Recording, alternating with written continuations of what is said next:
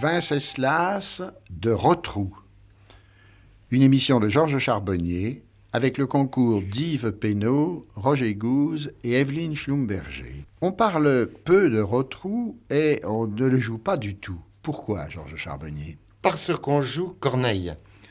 Je ne dirais pas qu'on joue trop Corneille, mais en jouant Corneille, on occulte Rotrou. Et je pense que c'est une erreur.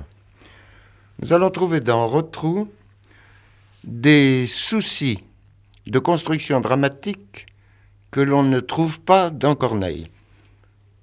Ça n'est pas un reproche à Corneille, je veux dire qu'ils sont très différents l'un et l'autre, mais qu'il n'est pas sans intérêt de chercher comment Rotrou construit ses pièces.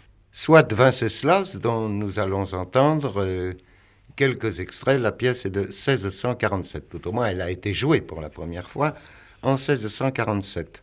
C'est l'histoire d'un roi, disons de Pologne, qui a deux fils, Ladislas, qui est le prince héritier, et Alexandre, qui est le frère cadet. Ils ont tous les deux une sœur, Léonore. Ladislas est un chef de guerre. Au début de la pièce, je ne dirais pas que c'est une brute, mais c'est un chef de guerre, c'est quelqu'un qui est habitué à emporter les places fortes par la force. Et par la force, il voudrait enlever Cassandre, qui est la duchesse de Königsberg, qui vit à la cour, et qu'il voudrait épouser, et qu'il aime, et qu'il poursuit sans aucune espèce d'idée de mariage. Ce pourquoi Cassandre ne veut pas de lui. Cassandre appartient à une trop grande famille, elle est de famille royale, elle veut qu'on la poursuive pour l'épouser et non pas pour en faire une favorite. Ladislas, par erreur, va croire que le Premier ministre est amoureux de Cassandre et que Cassandre est amoureuse du Premier ministre. C'est faux. Il se rend au palais du Premier ministre pour le tuer et dans l'obscurité, par erreur, il tue son frère. C'est l'assassin qui va devenir un homme. C'est l'assassinat qui va lui donner la conscience, les dimensions nécessaires pour régner et qui va le transformer.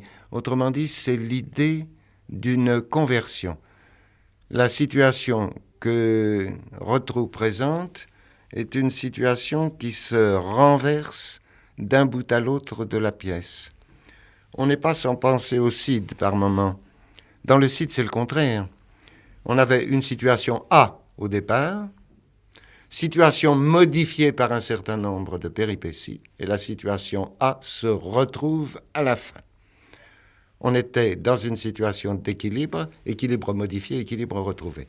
Là, on se trouve au contraire dans une situation qui était un déséquilibre et un affrontement, et à la fin, on va tomber sur une situation d'équilibre. Donc déjà, voilà une différence avec Corneille. De plus, dès le début, dans Venceslas, nous trouvons une situation apparente et une situation réelle. La situation apparente est l'opposition de la vertu, symbolisée par Cassandre, et de tous les vices, symbolisés par le prince, alors qu'à la vérité, ce qui se trouve au-dessous des apparences au début de la pièce, c'est l'opposition entre l'exercice du pouvoir et le déploiement de l'amour. Mais il y a une chose qui, pour un homme moderne, est beaucoup plus intéressante. Se demander comment les scènes sont construites. Alors, examinons simplement le nombre de personnages. À l'acte 1, les scènes sont dans l'ordre suivant, en nombre de personnages. 3, 2, 3, 2, 5, 3, 2. C'est un acte entièrement d'exposition. L'acte d'exposition terminé, alors la pièce commence véritablement avec le début de l'acte 2. Et là, ça devient tout à fait intéressant.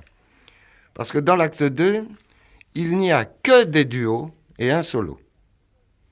Duo, duo, solo, duo. En prenant les différentes solutions, 2 hommes, 2 femmes, un homme, une femme. Et on ne va pas dépasser 2. À l'acte 3, on peut distinguer 2 parties. Une première partie avec solo, duo, trio, quatuor, la progression est régulière. Et dans la deuxième partie, duo, trio, duo. Vous voyez que dans le 2 et le 3, c'est le duo qui joue le rôle principal, mais avec l'acte 3, on est monté à un quatuor. À l'acte 4, que l'on peut encore séparer en deux parties, la première, on a duo quatuor, une accélération. Et on revient à duo, trio, quatuor, quintette. On a gagné, comment dirais-je, plus 1 dans le nombre des personnages présents en scène. Lorsque on arrive à l'acte 5, on va avoir encore deux parties. Duo, duo, duo, duo. Et dans la deuxième partie, solo, quatuor, une accélération, quintuette, sextuor, heptuor. C'est-à-dire qu'à partir du moment où la pièce commence, il y a une progression constante dans le nombre de personnages présents, acte par acte, et dans l'ordre des scènes. Il est impossible que ce genre de structure n'ait pas été voulu délibérément. Je ne peux pas arriver à le croire. Alors, écoutons le début de l'acte 2. Il faut voir Ladislas avant sa conversion, c'est-à-dire l'assassinat de son frère, et après sa conversion, c'est-à-dire après l'assassinat de son frère. Dans la première scène, celle que nous allons entendre, l'homme, je ne dirais pas qu'il amorce sa conversion, mais il sait que pour être accueilli par Cassandre, il faut au moins lui faire croire qu'on se maîtrise, et il entrevoit qu'il faudrait se mépriser. Mais il n'en est pas capable. Dans la seconde scène, les choses seront différentes. Parlez, bel ennemi. Il est temps de résoudre si vous devez lancer ou retenir la foudre. Il s'agit de me perdre ou de me secourir. Qu'en avez-vous conclu?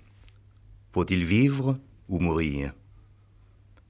Quel des deux voulez-vous? Ou mon cœur ou ma cendre?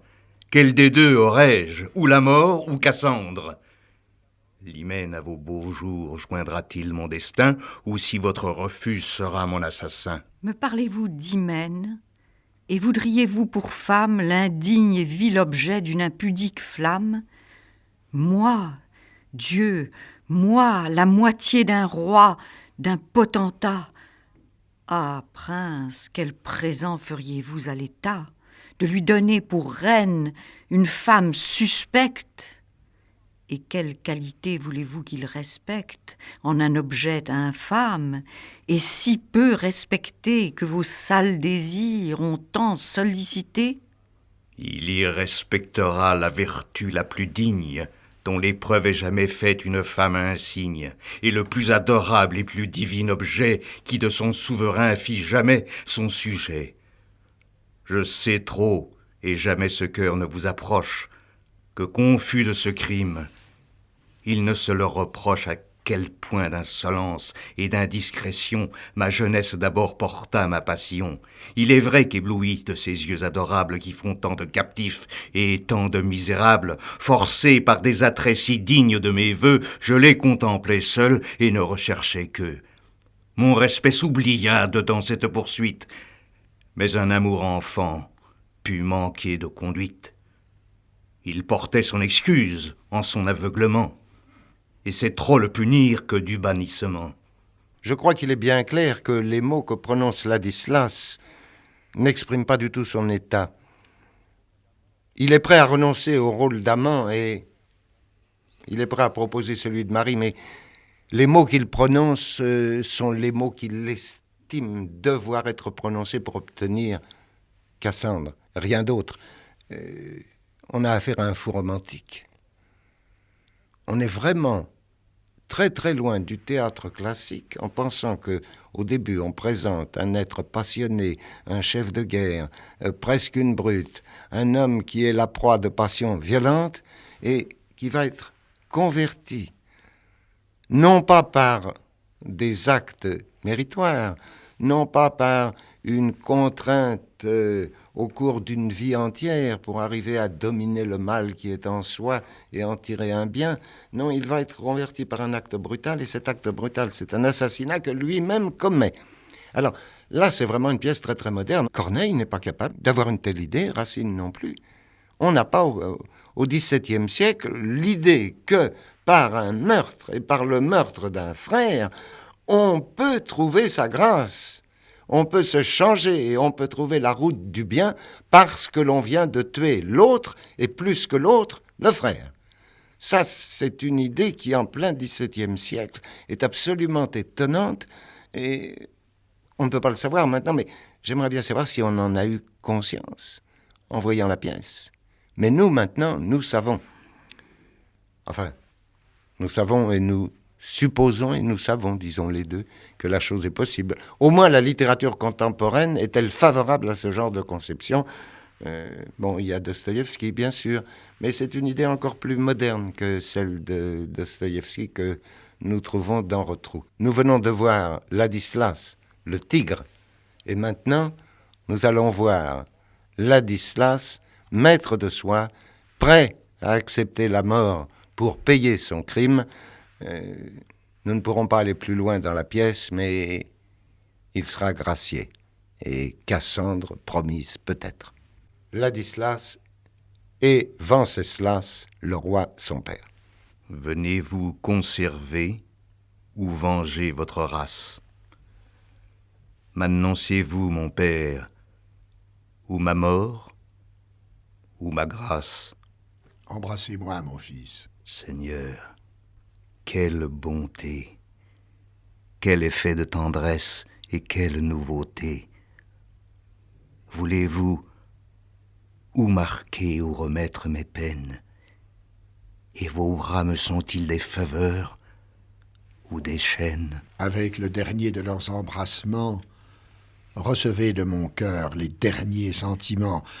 Savez-vous de quel sang vous avez pris naissance? Je l'ai mal témoigné, mais j'en ai connaissance. Sentez-vous de ce sang les nobles mouvements? Si je ne l'ai produit, j'en ai les sentiments. Enfin, d'un grand effort, vous sentez-vous capable? Oui, puisque je résiste à l'ennui qui m'accable, et qu'un effort mortel ne peut aller plus loin. Armez-vous de vertu. Vous en aurez besoin. S'il est temps de partir, mon âme est toute prête. L'échafaud l'est aussi. Portez-y votre tête. Plus condamné que vous, mon cœur vous y suivra. Je mourrai plus que vous du coup qui vous tuera. Mes larmes vous en sont une preuve assez ample. Mais à l'État, enfin, je dois ce grand exemple, à ma propre vertu, ce généreux effort, cette grande victime, à votre frère mort. J'ai craint de prononcer, autant que vous d'entendre, l'arrêt qu'ils demandaient, et que j'ai dû leur rendre. Pour ne vous perdre pas, j'ai longtemps combattu. Mais où l'art de régner n'est plus une vertu, et c'est une chimère au roi que la justice, où, régnant, à l'État, je dois ce sacrifice. Eh bien, achevez-le, voilà ce col tout près. Le coupable grand roi souscrit à votre arrêt. Je ne m'en défends point, et je sais que mes crimes vous ont causé souvent des courroux légitimes.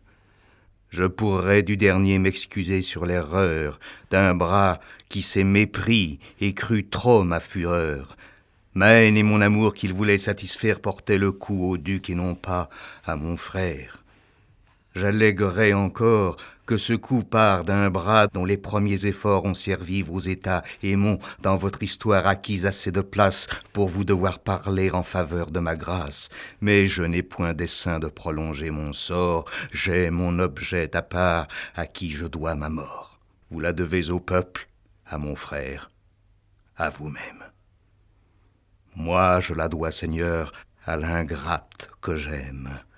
Je la dois à sa haine et m'en veux acquitter. C'est un léger tribut qu'une vie a quitté, c'est peu pour satisfaire et pour plaire à Cassandre qu'une tête à donner et du sang à répandre, et forcé de l'aimer jusqu'au dernier soupir, sans avoir pu vivant répondre à son désir. Suis ravi de savoir que ma mort y réponde, et que mourant, je plaise aux plus beaux yeux du monde.